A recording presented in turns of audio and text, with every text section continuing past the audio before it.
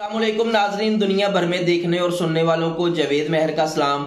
नाजरीन, आज supreme court of Pakistan ने जो ऑर्डर किया था स्टेट बैंक ऑफ पाकिस्तान को कि वो पंजाब में फंड्स फ्राहम करे 21 अरब रुपए जो कि इलेक्शन कमीशन को रिक्वायर्ड थे और जो उनको चाहिए थे पंजाब में इलेक्शंस के इनकाद के हवाले से।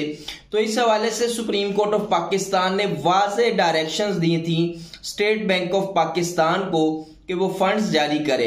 लेकिन मामला यूं हुआ कि जैसे टाल मटोल और हीले बहानों से काम लिया जाता रहा। जो है वो गवर्नमेंट ऑफ पाकिस्तान, जो पीडीएम की गवर्नमेंट है इस वक्त वफाक में बैठी है, इसी तरह से आज दोबारा से कायमा कमेटी जो खजाना की है उस पे एक इजलास हुआ। उसमें अटॉर्नी जनरल और वफाकी जो वजीर कानून है आजम नजीर तारड़ साहब और इसके अलावा जो स्टेट बैंक के हुकाम है, वजारत खजाना के हुकाम है, उन्होंने बाकायदा तौर पे शिरकत की। और इस हवाले से वही एक जो प्रीवियस पिछली मर्तबा भी इन्होंने तरीकाकार अपनाया था कि आप जो है वो बिल असेंबली में ले जाएं, असेंबली जो है वो उसको पास करेगी तो फंड रिलीज होंगे।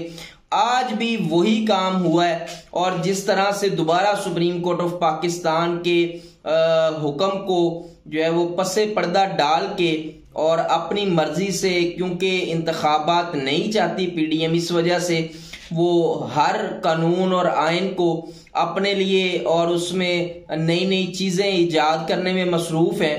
तो इसी तरह से दोबारा से आज कबीना के सामने समरी डिमांड रखी गई और कबीना ने उसको मंजूर किया। फिर हस्बे रवायत वो असेंबली में गई और असेंबली ने दोबारा से इलेक्शंस के हवाले से जो 21 अरब रुपए जारी करने थे फंड्स को जो है वो इस हवाले से बिल को मुस्तरद कर दिया।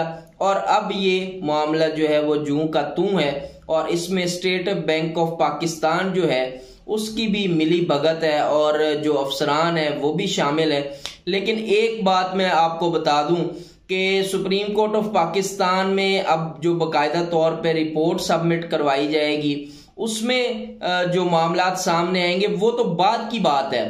आज जो कायमा कमेटी बराए खजाना में मामलात हुए उसमें जो धमकियां और तड़ियां लगाई गई कि जनाब पार्लियामेंट की तौहीन हो गई है और इसी तरह से हमारा जो हुक्म है वो ही सुप्रीम है, पार्लियामेंट सुप्रीम है। ये कैसी पार्लियामेंट सुप्रीम है जो कि मुकम्मल ही नहीं है, जिसमें जो पाकिस्तान का 60 से 70% हिस्सा है उसकी नुमाइंदगी नहीं है। तो ये असम्बली किस तरह से मुकम्मल है और सुप्रीम है, ये बात समझ से बालातर है। और जो बताया गया कि जी जो फंड्स जारी करेगा और उसको जो है वो जेल भिजवा दिया जाएगा, ये कायमा कमेटी बराए खजाना में मामलात होते रहे और गुफ्तगू होती रही है। तो ये इस वक्त पाकिस्तान की सूरत हाल है। आइन जो है वो अमली तौर पे हमें जो है वो बहाल नजर नहीं आ रहा और जिस तरह से पीडीएम डिलेइंग टैक्टिक्स को इस्तेमाल करते हुए फंड्स के हवाले से और सिक्योरिटी के हवाले से मामलात को लेके चल रही है, तो अब इम्कान जो है वो यही नजर आ रहा है कि सुप्रीम कोर्ट ऑफ पाकिस्तान को उस एक्सट्रीम लेवल पे ले जाने की कोशिश की जा रही है जिससे माजी में साबिक वजीर आजम जो हैं वो भी नाअहल हुए, जिसमें यूसुफ रजा गिलानी थे जो कि सुप्रीम कोर्ट ऑफ पाकिस्तान का ऑर्डर ना मानने पर नाअहल हुए थे। लेकिन यहाँ पे सबसे पहले जो कुर्बानी का बकरा बनेगा वो होगा state bank. Governor state bank पे तौहीन अदालत लग सकती है। उसके बाद जो है वो गवर्नर स्टेट बैंक से पूछा जाएगा कि जनाब आपने क्यों फंड्स जारी नहीं किए, तो वो बताएंगे कि जी वजारत खजाना जो है उसने हमें रोका। तो अगर मामला इस तरह से होते हैं तो वजारत खजाना फिर नाअहली की तरफ जा सकती है। तौहीन अदालत का जो मामला है वो वजारत खजाना पे भी आ सकता है और वजारत खजाना जो है वो फिर जब वो उसको तौहीन अदालत में बुलाया जाएगा तो उसके बाद फिर वजीर आजम की बारी आती है। तो ये मामला अब इस तरफ चल निकले हैं कि सियासी शहीद जो है वो बनना जा रही है पीडीएम। लेकिन अदारे सुप्रीम कोर्ट ऑफ पाकिस्तान बड़ी रिस्ट्रेंड और तहम्मुल का मुजाहरा कर रही है अभी तक बज़ाहिर जो नजर आ रहा है, और वो चाहते हैं कि मामलात उस नहज तक ना जाएं जिस पे कल को दोबारा से क्रिटिसिज्म और बहुत सी ऐसी चीजों का सामना करना पड़ सके जिसको लेकर के पीडीएम दोबारा से एक वावेला मचाए कि जनाब देखें हमारा जो इख्तियार था हमें किस तरह से नाअहल किया गया।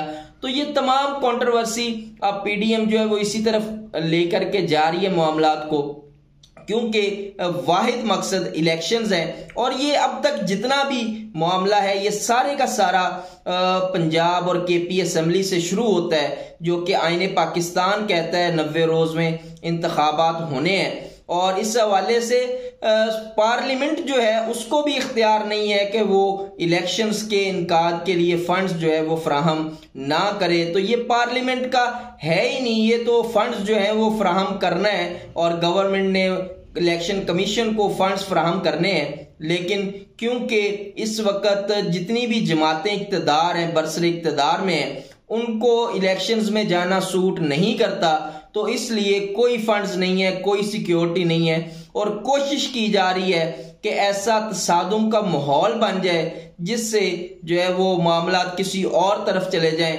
लेकिन क्या मामलात इस तरफ जाएंगे? और मुझे बज़ाहिर जो नजर आता है कि जिस तरह की बातें और जिस तरह से हमलावर है पीडीएम की जमातें सुप्रीम कोर्ट ऑफ पाकिस्तान पे, तो सुप्रीम कोर्ट ऑफ पाकिस्तान को अपने रिट को साबित करने के लिए, अपने दिए हुए अहकामात पे अमल दरामद करवाने के लिए उनको इस नहज तक भी जाना पड़ा तो वो जरूर जाएंगे।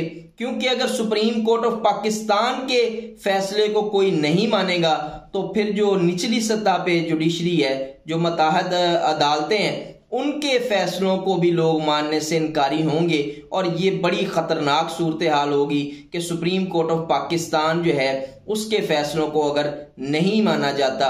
दूसरी तरफ इमरान खान साहब जो हैं वो आज लाहौर हाई कोर्ट में पेश हुए हैं और उन्होंने 142 जो मुकदमात हैं उनके ऊपर, उस हवाले से उन्होंने पंजाब की हद तक कहा है कि जी इन मुकदमात में जो कार्रवाई है उस पर आप जो है वो अमल दरामद रोकें। तो ये मामला अब चल निकला है, इस पे लार्जर बेंच अब तश्कील देने की इस्तदा की गई है और देखते हैं कि मामलात कहां तक जाते हैं। क्योंकि इमरान खान साहब इन खदशात का इजहार कर रहे हैं कि जी ईद पे जो है वो एक ऑपरेशन हो सकता है जमान पार्क में, तो इस हवाले से भी वो अब बाकायदा तौर पे मामला अदालत में लेके गए हैं। और दूसरी तरफ क्योंकि उनके सिक्योरिटी के खदशात भी हैं, उन पे हमला भी हो चुका है, लेकिन गवर्नमेंट ऑफ पाकिस्तान उनको पूरी तरह से सेटिस्फेक्शन के लिए सिक्योरिटी देने से कासिर है। क्योंकि बुग़्ज़ और बुग़्ज़ इमरान इस हद तक पहुंच चुका है कि कोई फिक्र नहीं है, जो मर्जी हो जाए, हमने अपने जो मामलात हैं उनको सीधा रखना है और हमने वो काम करना है जो कि हमारे मफाद में हो, ना कि पाकिस्तान के मफाद में।